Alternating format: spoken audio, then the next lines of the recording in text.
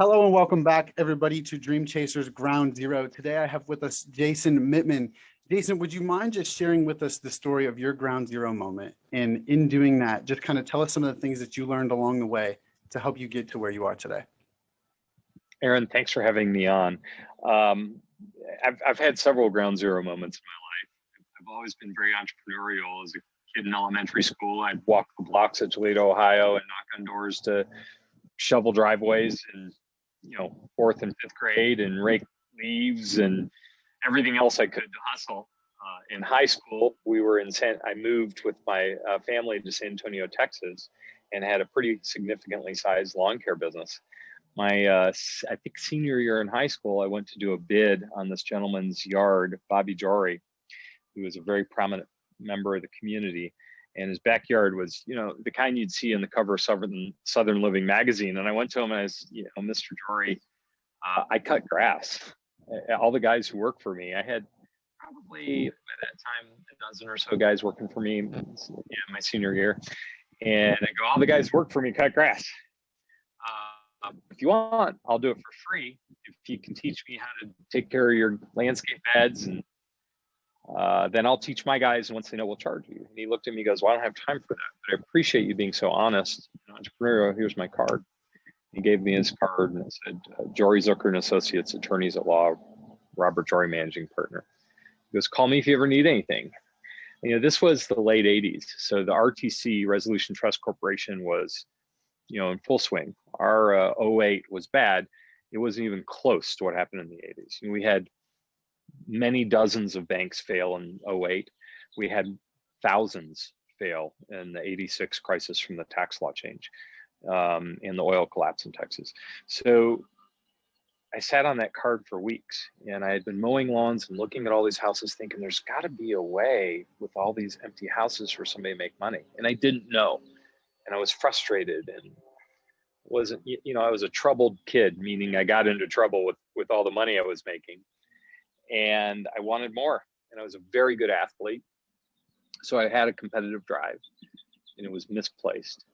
And I called him on his direct line because I didn't even know what that meant on a business card back then. And he answered, he said, Bobby Jory. And I said, hi, Mr. Jory, my name is Jason Mittman. I came by your house. And he interrupted me, and he goes, I know who you are. What do you want? I was sort of like, well, I'd like to ask you a question. He goes, well, you just did. What do you want? He said, I'd like to know how you make money. And he had this long pause. He calls it the pregnant pause. He said, are you asking me how I make money or how I'm wealthy? I said, well, they're the same thing. He goes, no, they're not. Get my office Monday morning. It's a law office, dress professionally.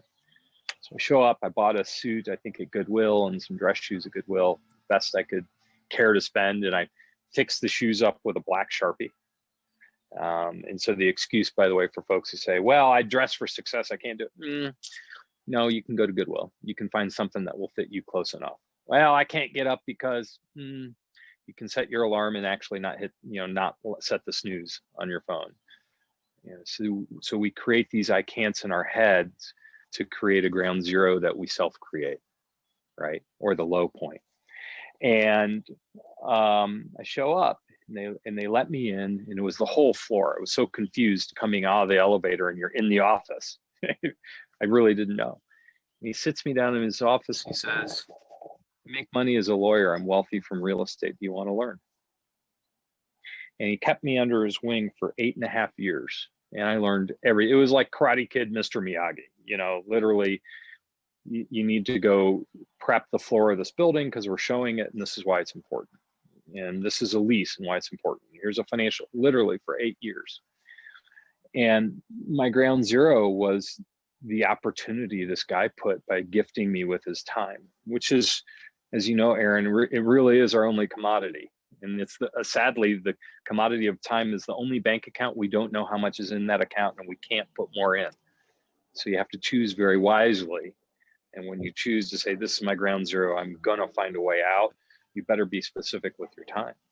And so my ground zero was that mentor experience combined with a hunger for more.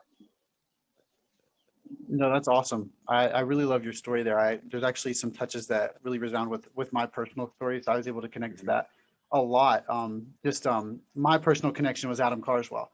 So Yeah. when I was in that ground zero position and I saw what he was doing and he exposed me to this whole new world, I was like, okay, all of a sudden I don't know anything that I thought I knew.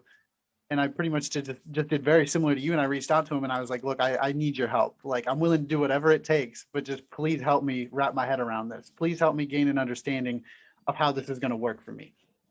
Right. And that's Right. where like I 100% resounded with what you had to say, because it's similar in the new age kind of way, whereas I had to do that through a Zoom call and then follow up with him over, more of the new technological things that way. But obviously it's led to, some amazing things.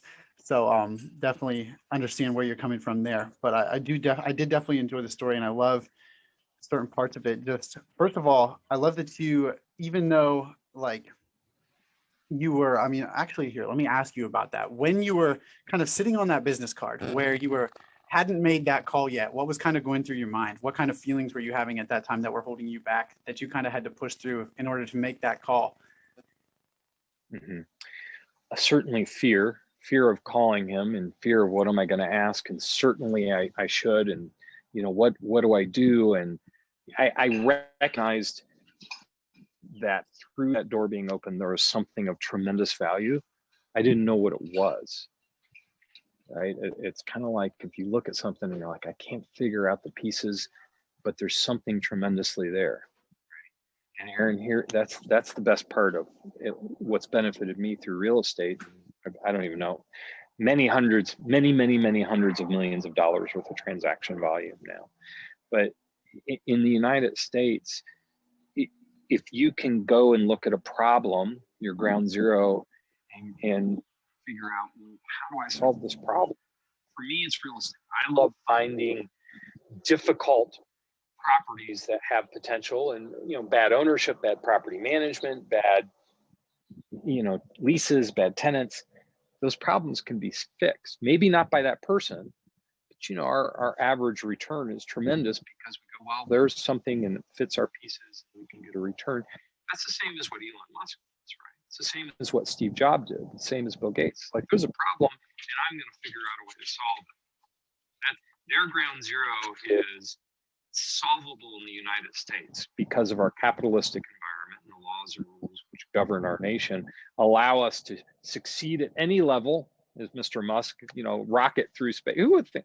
You really think you could solve a problem like that in many other countries? You can't. But in the U.S., you can do that. You can do that with real estate. You can, if the deal's good enough, you'll find the money, you'll find the debt and the equity, and any problem can be solved. And with a problem, a ground zero, the bigger the ground zero, the likely is the greater the return for you. And that's good. I want to know, why did you reach out and say, hey man, I need help, I'll do anything with Adam? What made you make that call? Yeah, I mean, to spare you some of the story, I more or less met him through an event, and he gave a small presentation on what he did and what commercial real estate was. And really, that was the first time I'd even heard about anything commercial wise. So it kind of really broadened my view of everything that I had personally considered real estate, because up until that point, I had just considered it single family houses, residential houses, just the buying and selling of those. And I knew there was a world where people invested in those, flipped in those, and I was interested in that. But I didn't really know about the much bigger world kind of behind all of that, and how there was much more advantages to the bigger world behind that, in where, maybe it is a little bit more complicated, it can pay off for you in a lot more different ways. So that's where he kind of hooked me in this little presentation about it. And I was just like, and he actually is an alumni at the college that I go to. So I was able to kind of use that as common ground a little bit and just say like, hey, I just, like, you were literally the first person who ever exposed me to this. Like, but I'm super, super interested to learn more. Like, would you be interested in setting up a call?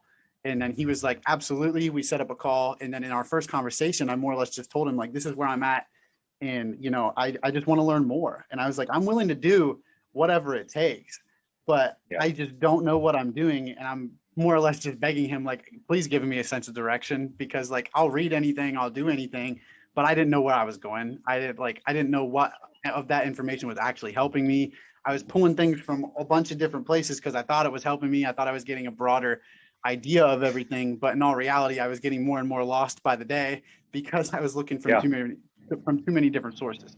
So then we more or less kind of worked out a I guess like a silent partnership where I more or less became an intern for him in picking up some of the, I guess you could say, picking up some tasks for him that he does in his business where you probably know that he has his own podcast and he does webinars and these things where I Yeah. started to kind of pick up some small tasks in that regard, more or less in return for him to coach me.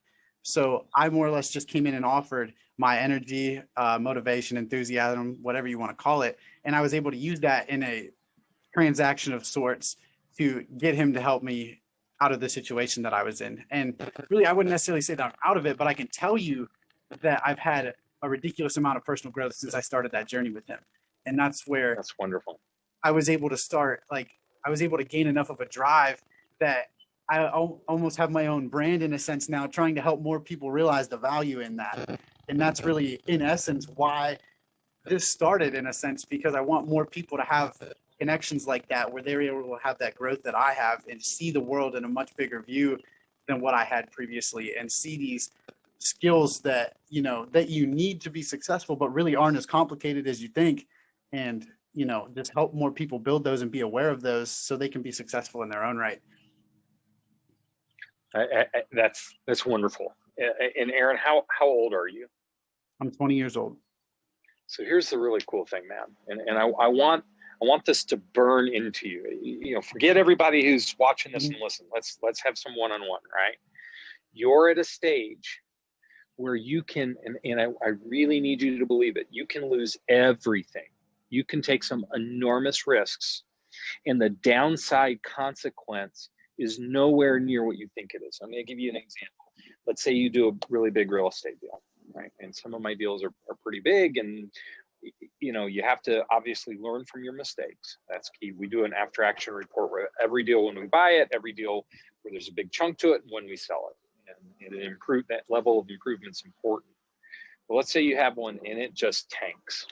Let's say it goes horribly wrong. It's likely not, because real estate, you have some, if you do the fundamentals and you have a loan, at least 2 or 3 people, if not more, have looked at it and signed off on it. You're going to get close to everything back out, right? And at 20, let's say you're wrong and you lose everything. You with me? Does that sound terrible? Nope, I still hear you're fine. Okay, so you go bankrupt. I mean, as bad as it can be. You're 20. Are you going to go without a roof over your head? Somebody's good. Are you going to go hungry, like your friends aren't going to feed you? Literally, that we're talking that bad. Okay, the reality is you have not lost your knowledge. You have not lost your network. You've gained knowledge, and you won't make that mistake. And now you have what Gary Keller calls a chip on your shoulder, which means you're hungry and pissed, and you're going to recover faster than the first time. That's in it. You can do that, and you should do it. You're, by the fact of what you're doing already, you're 10x where I was when I was 20. You're going to crush it, dude. And and I'm tying this in. There's some logic to this that I want your listeners and you to hear. Do you know what the amygdala is in the brain? The amygdala. Yeah. Go ahead. Yeah. It's what sends fear into your brain. What keeps you alive from the lions and the bears. Amygdala is Latin for almond, because the amygdala in your brain is the size. There's 2 of them, and they're literally the size of the almond. And so here's the thing. When you're in a panic, your brain is 3.3 pounds for the average adult. Yet something the size of an almond has overruled a 3.3 pound massive computer system. It's not the size of an almond, 2 almonds. So, but if you do your job and you underwrite well, you put it on a spreadsheet, you don't lie into the spreadsheet. If you don't lie, the spreadsheet's not going to spit out lies back, right? If you get a loan, lenders have looked at it. If you have investors have looked at it. And if you learn from your mistakes, the fundamentals are there. And when that fear, which is part of the business of commercial real estate, if you're not a little nervous signing on debt or doing a big deal or using other people's money, and the fear of, to me, the greatest devastation is don't lose other people's money. That terrifies me still. That's part of it. You just have to remember that you can override the amygdala that's trying to override you when you have a ground zero moment of I can't do it. I can't make that faith, but I have to. Rely on your spreadsheet, rely on your network of advisors and friends, rely on the people who have approved the deal, and pull the trigger and go on. And if you're wrong, you get to recover several times, dude. And you should have mistakes. When you're 40 years old, when you're double where you are now, if somebody comes to you and says, tell me about all the ones that failed, you go, I haven't had any failures. You're either a liar or the luckiest guy who's ever walked this planet. Yeah, absolutely. There's so much power in some of those things that you just said. I'm just processing it all, honestly. I really love that you made it known that we can lose everything at this point, and in a sense, that's okay. Like it is. I know that in recent episodes and previous episodes that we've had on here so far, we've talked a lot about the fear, and we've talked a lot about the mindset around failure and how you can use both of those to get to where you want to go. In essence, just kind of what I want to call back to those is that, like you said, the fear is probably always going to be there. But at the same time, if you have a strong enough why or your mission or whatever you kind of want to use to describe that, whether that be getting out of your own personal financial situation, maybe your family out of their financial situation, or maybe you just want to build the lifestyle that you want to live, whatever that looks like, if your mission is strong enough, that struggle that scares you shouldn't ever stop you from going to where you want to go. And I know that I've talked before that the fear is often a sign that there's something that you really want to do right in front of you. And that holds a lot of people back. And that's where I really like what you just mentioned, because we're at a point that our youth is probably our strongest asset and we don't even know it. That's one of the things that I've tried to capitalize on by doing all of this. But like, we are more equipped now to fail than ever because we have such a support system around us that's willing to help us and provide for us and help us get back up. Where now I won't say that everyone has that, but like someone like we just said, like all those examples that you gave, I have someone that would be willing to help me put a roof over my head or willing to help me get my next meal. And honestly, that makes me realize that, like, what am I afraid of? You know, because like, even if I go out and try this, one, I'm definitely going to learn one way or another. I'm going to learn something. But at the same time, if it goes wrong in the most horrible way, it's going to be okay. And that's right. And that's part of the journey too, because then that's where, like you said, that lesson that you learned from that failure, you take that and then you reapply it the right way. And all of a sudden you're growing exponentially but you had to fail first, which in a sense is also like, and like you said, it gives you that chip on your shoulder too, where you come back with a new vengeance and a whole new energy that you redirect into your pursuit, which helps you grow even quicker the next time around. Exactly. And just remember, it's not what you're afraid of. It's the almond in my brain is doing its job. Thank you, amygdala. I recognize that, but I'm going to keep going. Thank you, fear, but my spreadsheet, I didn't lie. The lender analyzed, the investors believe, and I'm going forward. And you can say, this isn't going to kill me. I climb high altitude technical mountains around the world, and I used to be a semi-pro adventure racer doing multi-day adventure races. I know what can kill you. This is not it. So if it's not going to put you underground, if you have the ability the next morning to get up and get out of bed, you have a chance. So thank you, Mr. Amygdala. Thank you, my little almonds.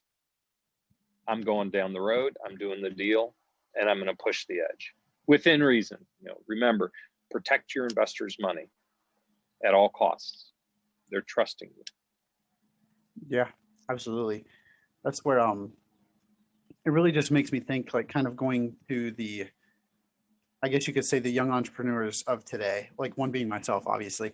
But like, what do you think, just kind of like aside from the fear and things that we just spoke about, what do you think really is the biggest roadblock for young people trying to get into business today? There's a few. You know, right now marks my 32nd year in commercial real estate. Started when I was 18. And so what the investors I deal with and the size projects and the return, I can go to them, they say, well, tell me, and I can say, I've done it 32 years. Here's 3 pages of deals. I'll let the deals speak for themselves. And it's okay if you don't come in the deal because, you know, we can cover it. And I also do put a lot of my own capital in every single deal. A younger person is missing some of those pieces. They don't have the track record, perhaps they don't have the wealth, but what they do have is the hunger and the drive. So you can say, you know, yes, you're right. I don't have a long record, but this asset speaks for itself. You know, so for example, you come and say, I've got a shopping center. It's $1.5 million, and it's 50% vacant. And they go, oh my gosh, 50%, $1.5 million. And you go, it's renting for $6 a square foot. The market is $24 a square foot. I'm buying it at a purchase price of $30 per square foot of the physical building, and new construction is $180 a foot. Your downside risk is, I'm personally signing on the note. I need another signature on the note, so I'm giving that wealthy investor 20% of the deal for their signature, right? And you layer upon levels of security to make up for what you're missing. The real challenge is in today's market, there's a lot of people looking for those same deals. So what you have to do, frankly, is hustle. You need to go, you know, I really want a deal. Okay, well, Aaron, how many offers did you make? Well, I haven't made any this week. Well, why? Well, there's nothing good. Okay, how many did you look at? I looked at 20 deals. Okay, well, on LoopNet, there's probably 50,000 between LoopNet and Grexy. How about you make 50 calls a day, every day for this next week, and start writing 10 contracts a day, regardless of what the price is. If you do that for a month, you're going to get a deal. And it's going to be a good enough deal, regardless of your age, that somebody will believe in it, right? And if you go, well, I don't know how to write a contract, there's this amazing tool to help you with that. Or I don't know what DCR is. There's the same amazing tool for that.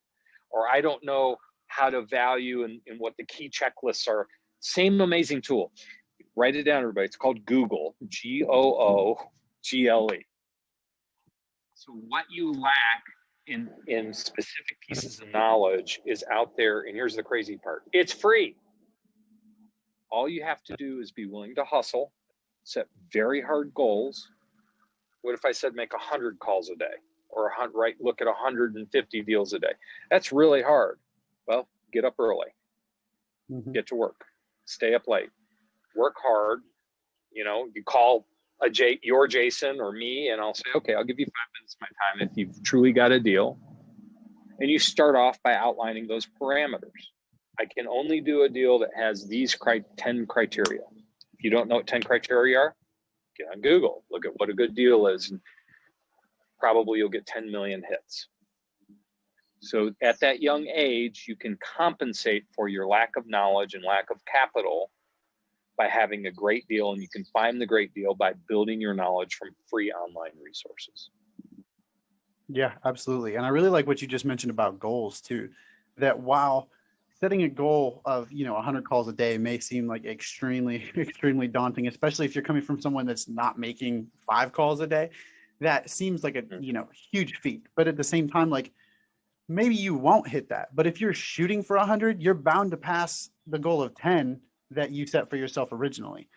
So setting massive goals, in a sense, will also propel you to go further than you thought possible in the first place. So I really like that part as well. Right. Right. So I lost you there for a second. So, but I heard it. And here's another way you can push those goal limits. And this is, remember, pleasure is one thing, but pain we try to avoid at all costs. So if you have a goal, that's wonderful. Remember, if you have a specific SMART goal, right? So it's specific, it's achievable, it's realistic, and it's time sensitive. So that's, I want to lose weight. I'm so glad that's a goal. That's so much better than nothing. I want to lose 10 pounds by December 25th, 2021 by exercising 30 minutes a day and tracking my nutrition weekly. That's a hell of a lot better goal, right? They're both good goals. So now if I say I'm going to take that goal and I'm going to pick an accountability partner. So I'm going to say, hey, Aaron, you're my accountability partner. And I'm going to make it very painful if I miss my goal. something that I abhor. I'm going to pick a charity that I find repugnant, not a charity I support. Because if you support a charity, you're like, well, at least I'm supporting a charity. If it's my goal, I'll write $100 check. What if you had to write $1,000 check to the American neo-Nazi party? And you sent that check to your friend and said, under all circumstances, you send this unless I achieve my goal. I promise you, dude, you will, if you forget going over the mountain, you'd go through the mountain to make sure you didn't have to send that check, right? So if you have an accountability partner, you set a very painful amount, $1,000, I suspect, is a lot of money, right? It's a lot of money to me. And you make it where you take it out of your control with that accountability partner, you're going to get that goal done. If it's a SMART goal, and I mean SMART with the acronyms. No, I love that. I really do love that. I think it's important to have that, not only someone keeping you accountable, but a consequence as well to further push that drive to where you really better do it, or you're like, there's more of a consequence than like, oh, I'm not going to feel good about myself for a few days. Like, no, like this is something that's truly going to hit you. So you better put in the work. So I really do like that. But I do think it probably is about time for us to start winding it down here. I'm sure you got many other things to do today.